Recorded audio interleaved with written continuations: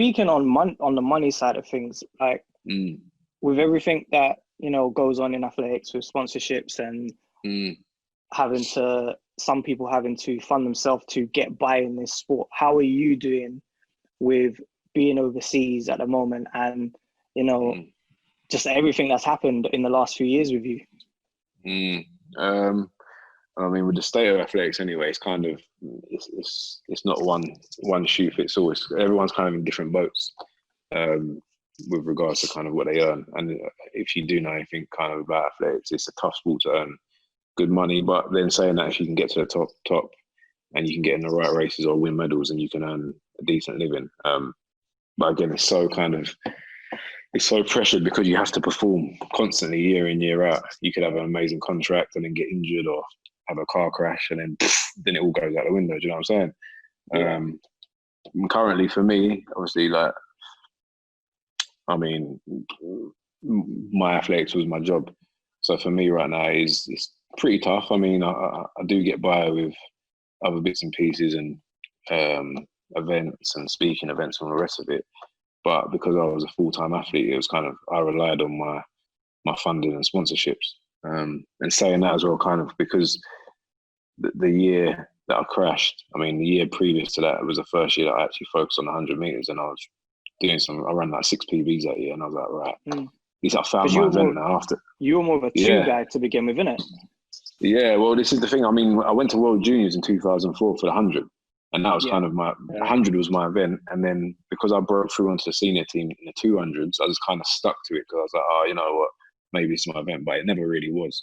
And I think I showed that in 2016. So going into 2017, I was super excited. I was like, yeah, I know what I can do. And I want to do a lot of damage this year.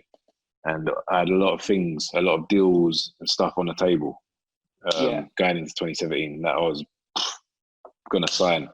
And then obviously once I crashed, that all gets swept away. So, and I'm not saying I do it for the money because you do it for the love of the sport. That's what you do it for first. But it is a nice incentive. It's a nice reward and bonus to be able to do what you love and be able to make a decent living. At the end of the day, it's your job, innit? Like, if you go to work as many times as athletes do, which is basically train, you would want something back because you guys are not working like everyone else. A lot of you are not going to 9 to 4, so that's your only way of income.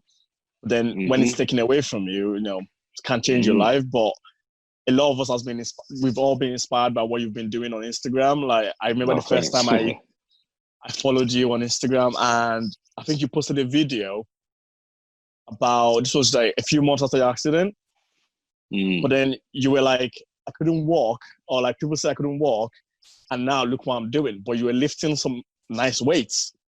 Maybe not what you were lifting before, but you were lifting probably more than I can. I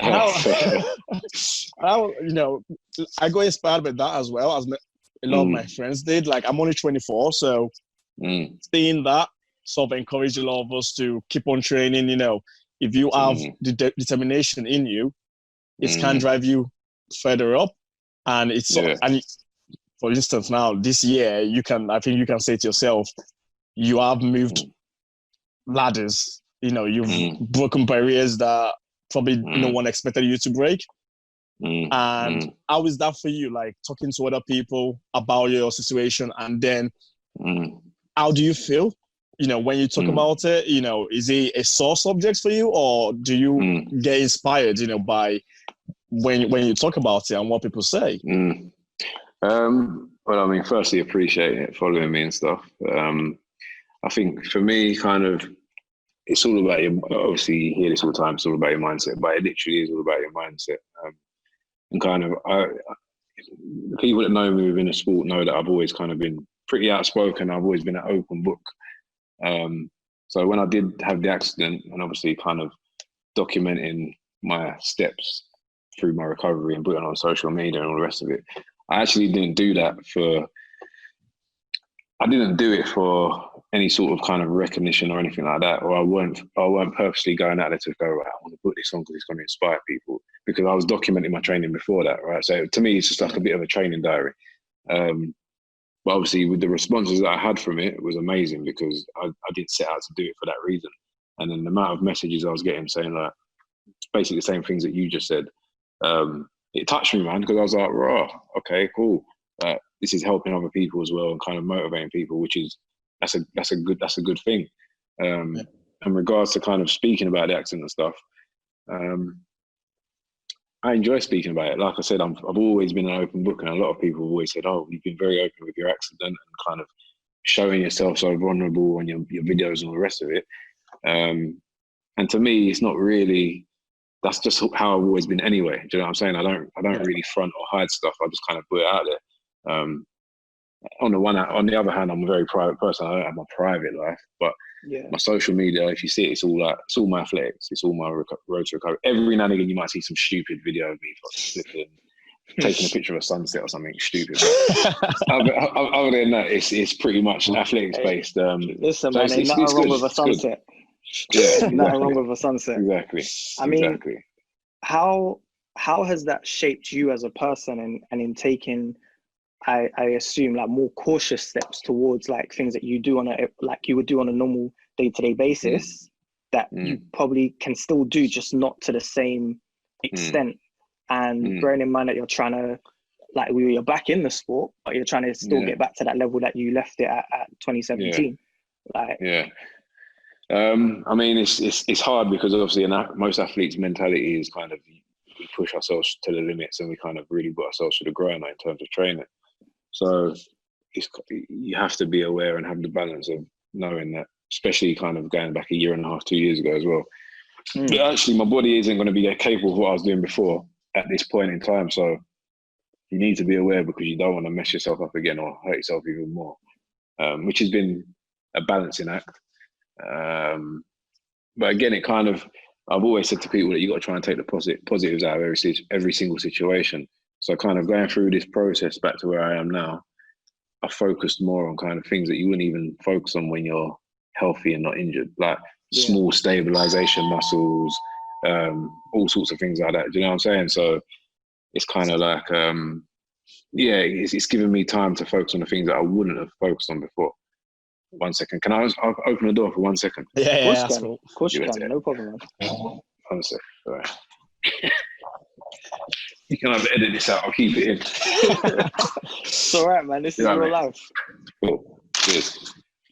Thank you. All right. Sorry about that.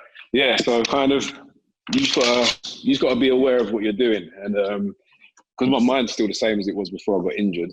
But obviously my body isn't, and I'm still dealing with kind of niggles and pains and stuff. So yeah. At this point in time, what sessions do you find the most challenging? Is there any particular session that you find challenging? Yeah, you know what it is? It's probably the running, to be honest with you. I think because gym wise, I can pretty much do pretty much do the same things I was doing before. Obviously with a little bit less intensity. Yeah. But actually, when it comes to the running, because I broke my pelvis and pulled my pelvis apart, and it's obviously got plates in it now, and it's got a nail that's snapped and all that, which I didn't even take out. It's kind of like, I'll go to the track and do a run. And sometimes it hurts, or sometimes it doesn't, or it doesn't hurt, and I thought, oh yeah, you know what, this feels like it was before. Yeah. Hold on 1 second. Yeah, and so now I might do something, and then the next day I'm in bits, like my hips flared up, and I'm just like, oh my god. So it's tough, but you know what, I'm a tough person. So if there's any chance physically that I'll get back on the track, I'll be on the track.